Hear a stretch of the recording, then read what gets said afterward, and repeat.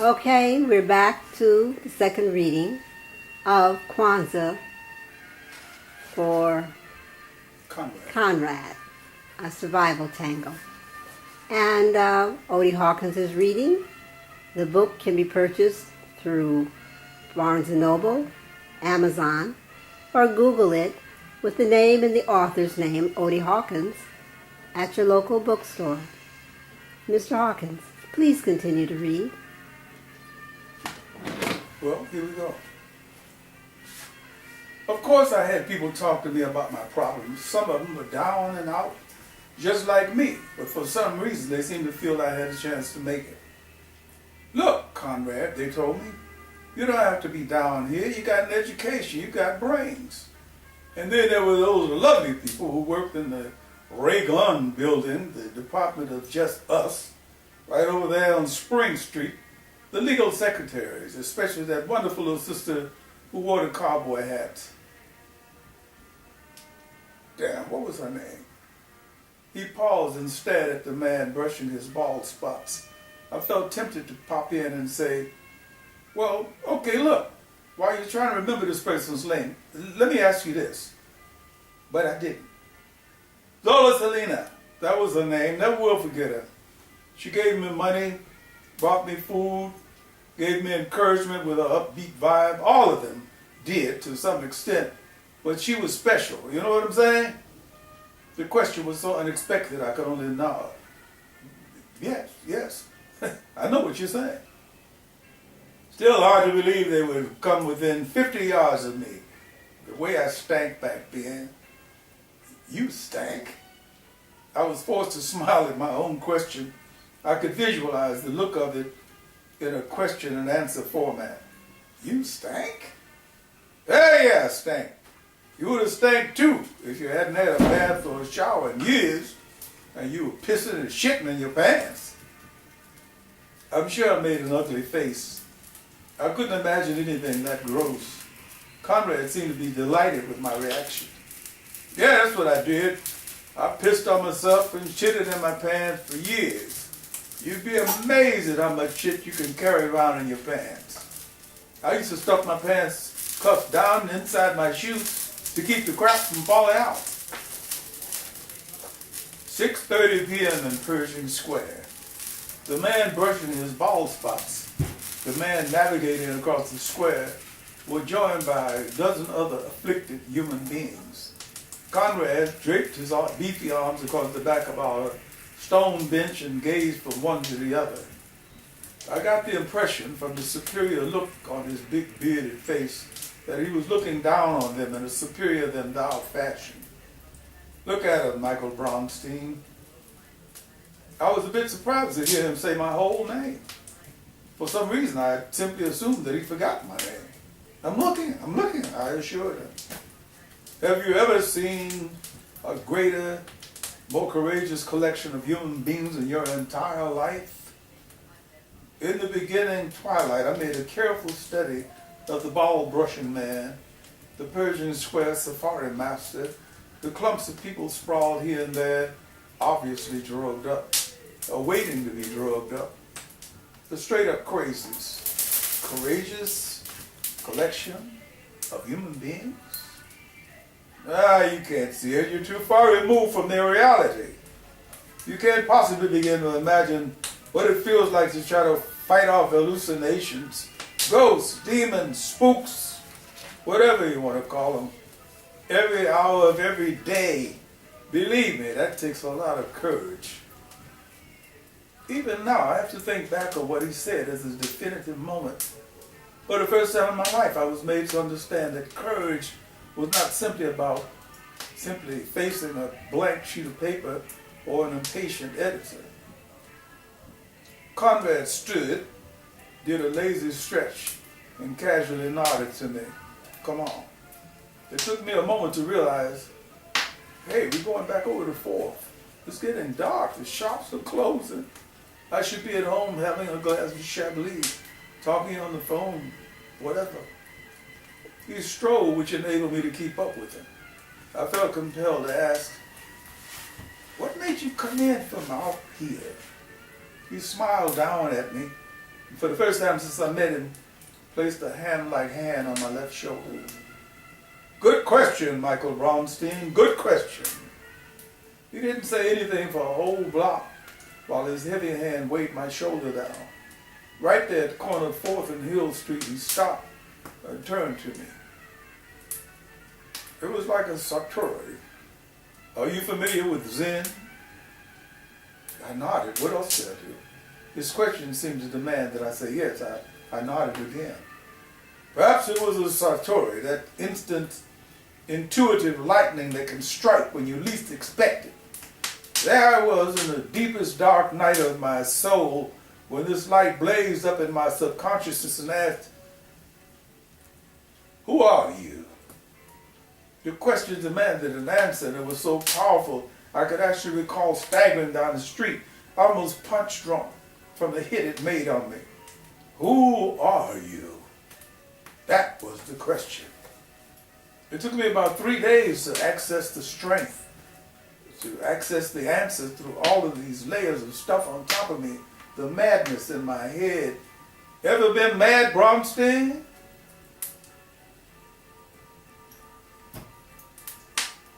You mean like, crazy, mad, nuts? No, I can't say that I have. Well, take it from me, it's a 10,000-pound bitch. Right there, out here, in the middle of all the madness, my inner self was asking me a question that many, many people who are supposed to be sane would have trouble answering. A couple who looked as though they had been sleeping, living in puddles of oil approached. Conrad dug into his pocket and pulled out 2 $1 bills and placed them in each outstretched, grimy hand. Crack, he said softly, as though that would explain everything. It was night, and I wanted to end this walking interview, but I felt compelled to be diplomatic about it. I glanced at my watch. 8 p.m. I'll give him another half hour. What about drugs? What about what drugs? He had a very hostile way of repeating questions. Drugs, were you into drugs when you were out here? The glare of the fierce expression lapsed into a charming smile. Insanity was my drug, Braunstein. Pure, undistilled insanity. I had some shit going through my skull that was greater than any drug. But that's not what I'm talking about. I was talking about my satori. I felt a little self-conscious sitting on the curb, but Conrad didn't seem to notice. It was just simply a convenient place to sit and talk. I smelled the trio of marijuana smokers who had sat down 5 yards to our left. They didn't acknowledge our presence. They just simply passed the jumbo joint from one to the other. The smoke was strong. Who are you? Mark my return to this other madness, this so-called sane world. Who are you? I had lots of answers. I was the son of a solid and middle-class parents, mother a school teacher, dad a career postal employee.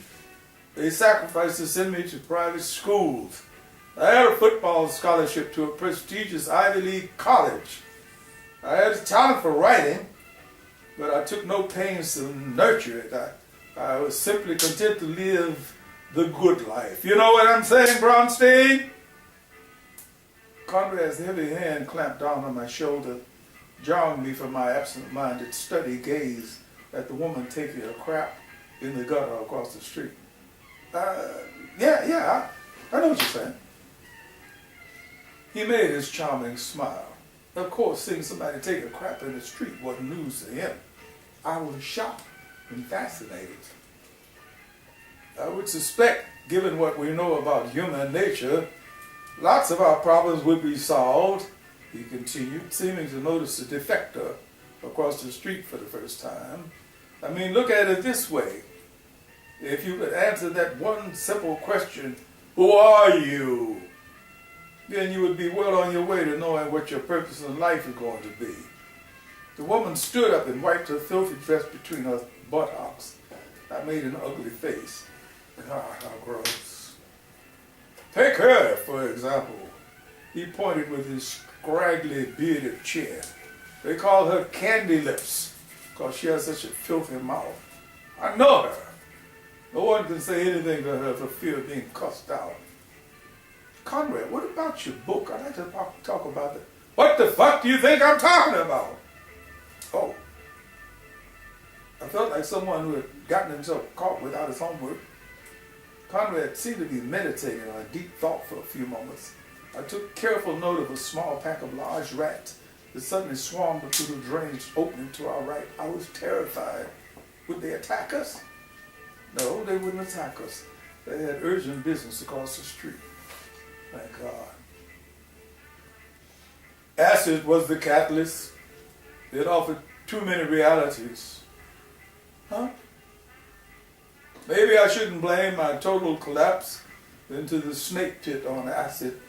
Maybe I would have tripped down anyway without any artificial aid. I felt tired of listening to this man's story, sick of the stenching filth around me, afraid of the people who shuffle up and down the streets, the rats. Conrad, look, it's getting late. I think I ought to be going. Where are you going? Home. You're not married, right? No, but I thought you wanted to hang out, get into the ambiance of things. Well, yeah, I did, but I don't want to take up all your time. No problem. Come on, I want to meet somebody. Mr. Emmanuel Conrad was definitely putting a face on the Skid Row scene for me. Everybody knew him, and he knew everybody, but there was no celebrity tinge in the atmosphere. He didn't offer formal introductions. He simply said, "This is Mike, he's with me." And that was it. Mr. Philpott was sitting on a milk crate in the middle of a deserted building site. And despite the fact that it was a balmy Sunday evening, someone had built a small star-figured bonfire about 5 yards to the left of Mr. Philpott. I would have been tempted to say the scene was, well, tribal, but I didn't feel it was appropriate to describe it in that way, aloud. Conrad gave a respectful wave to Mr. Philpott and pointed to me as he said, "Mike Bronstein." Mr. Philpott nodded in my general direction and kept on talking. It was hard to determine a lot about the man in the flickering light through the bonfire.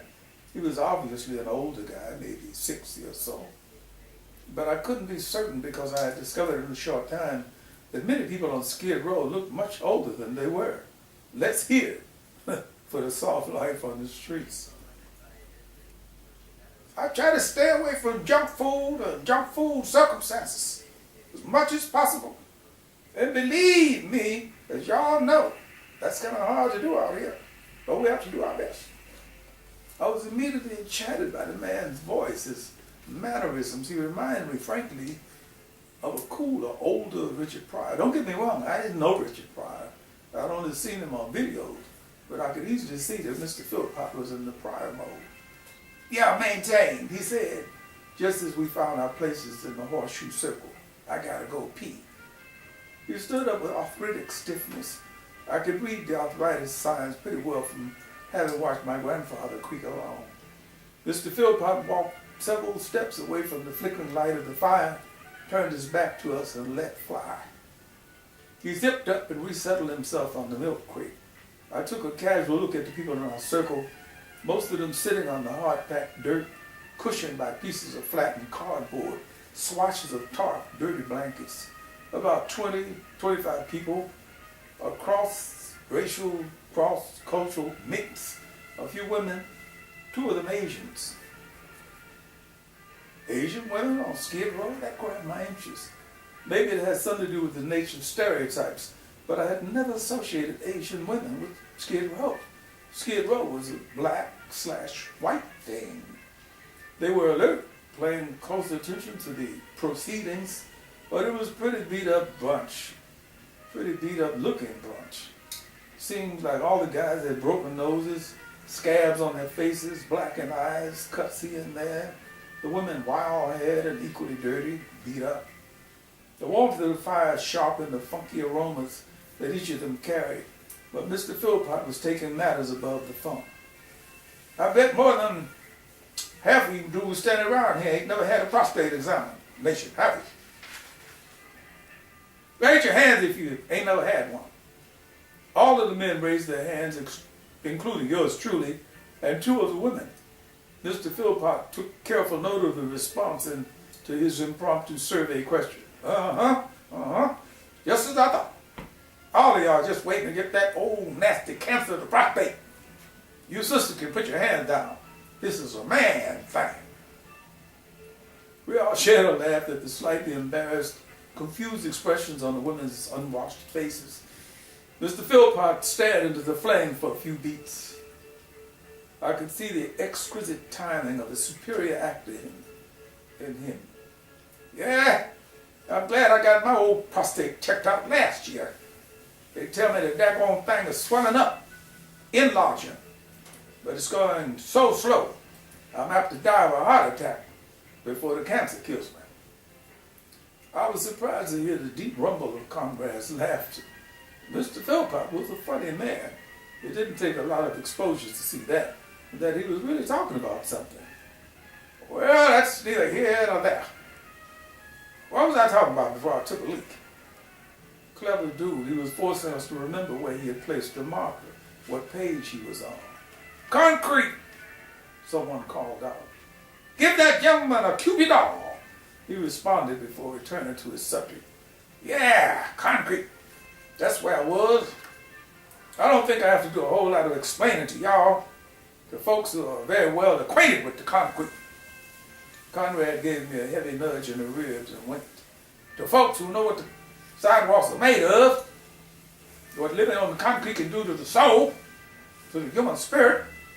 Think about how so many of us out here start our day and end our day on a cold-hearted, merciless concrete. I bet you we got some people right here now, who are touching dirt, natural dirt, for the first time in days, maybe weeks.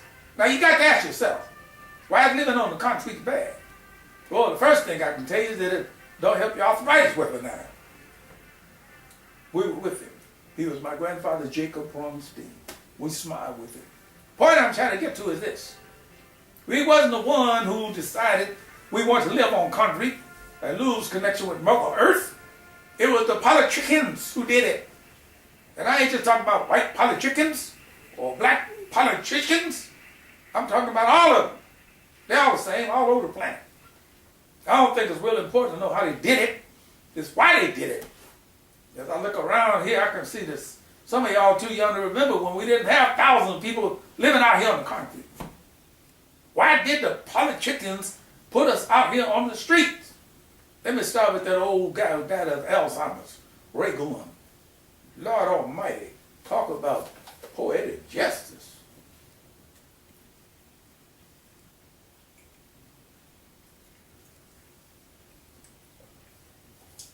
I could see absent expressions on a few faces.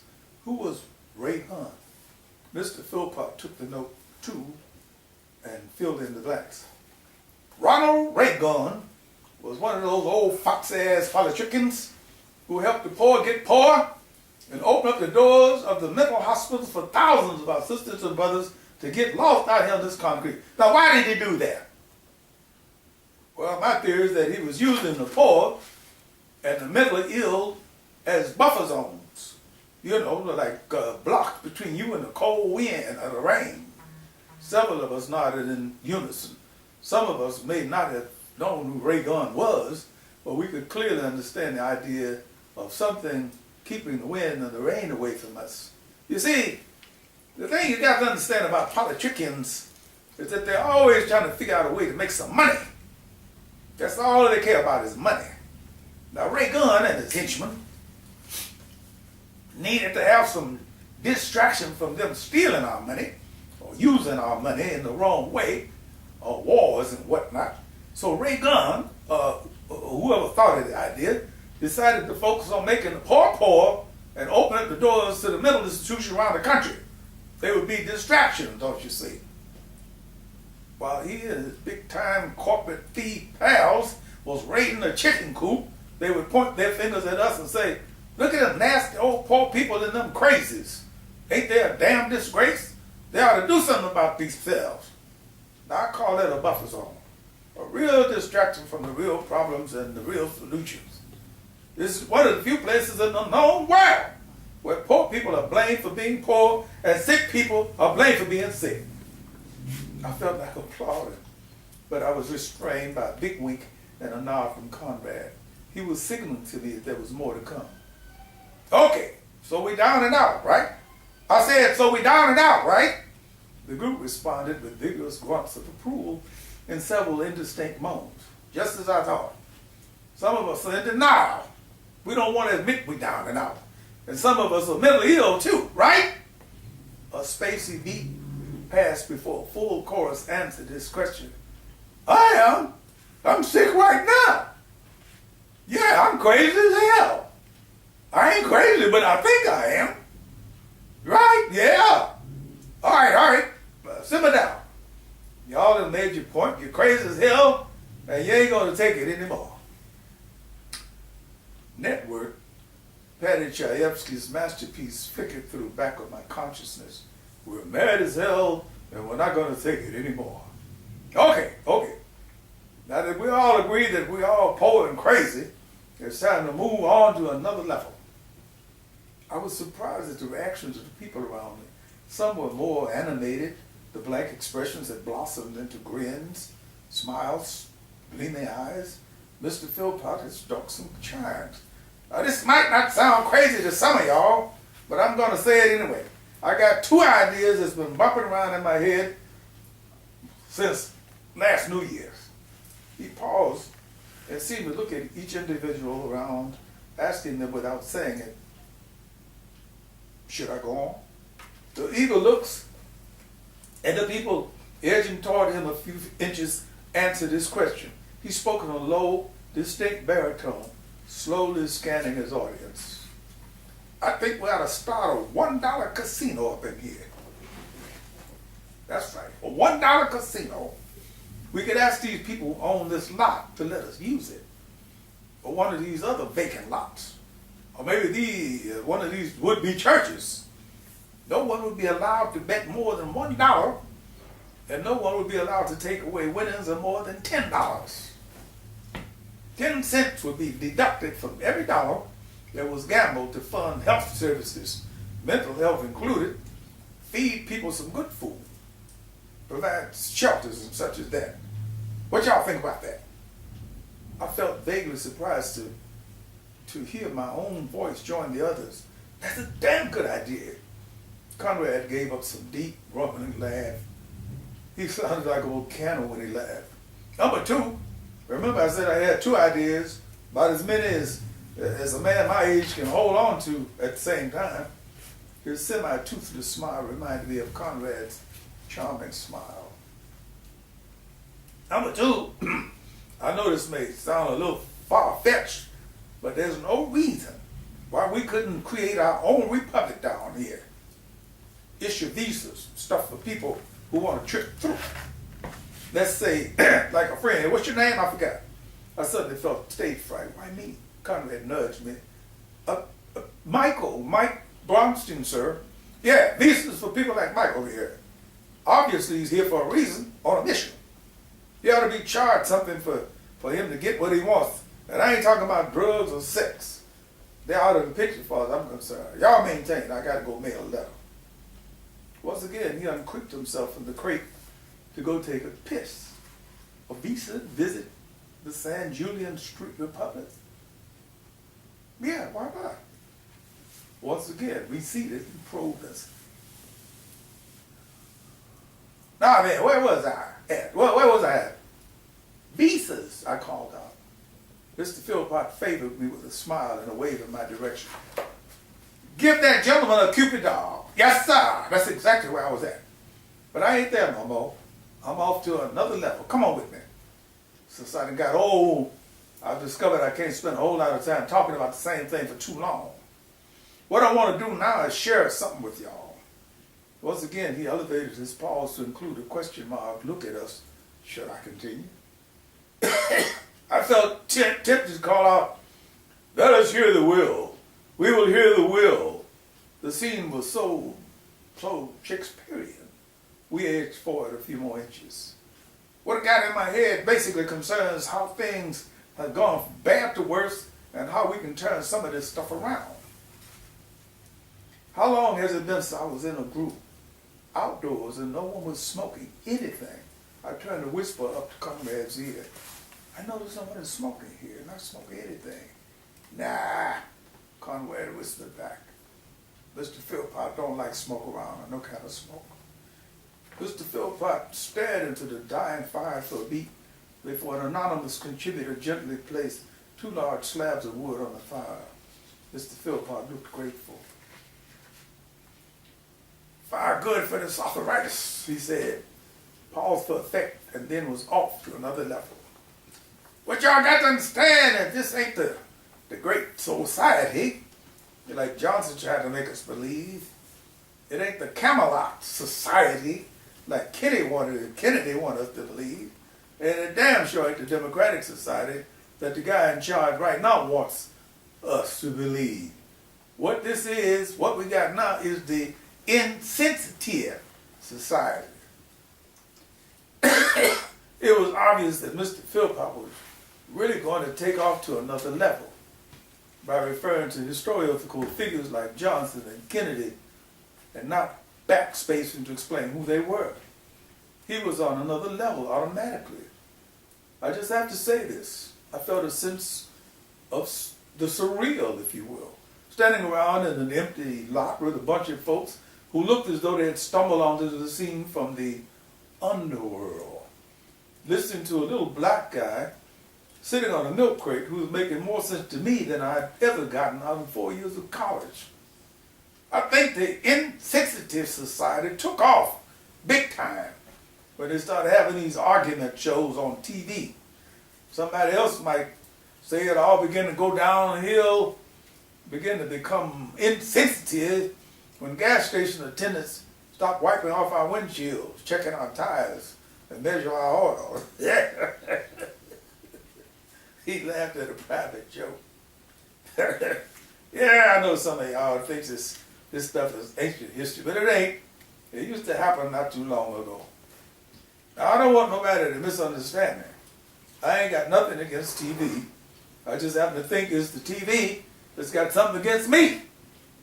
The reason I'm saying that is because the people who run the channels at us always seem to be focusing on the worst stuff in the world. People squabbling and arguing all the time.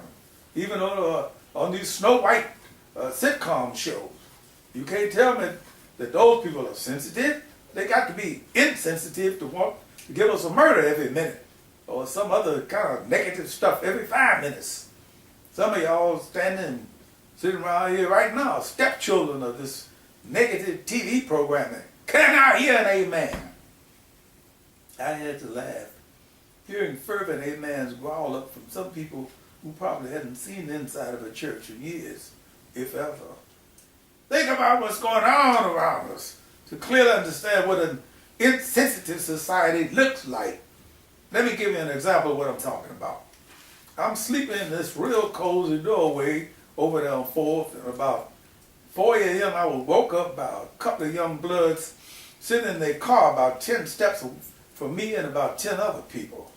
They had come down here to buy some dope, because it was obvious they didn't live here.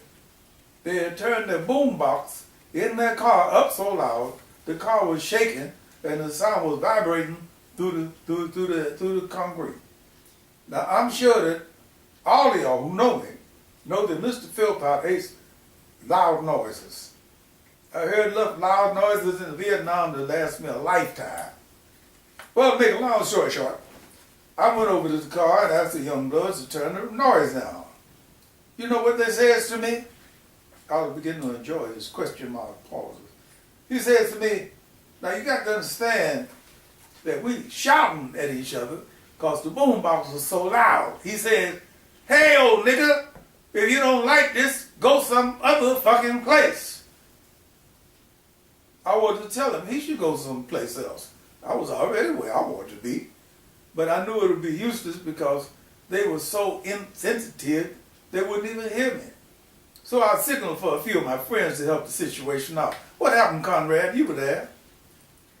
We told them they had to go, or else we would turn their car over and burn it with them in it, if need be. I could see the scene. Conrad and a few other guerrilla figures, sorry guys, around the car, threatening to do the inhabitants bodily harm with malice aforethought. A perfect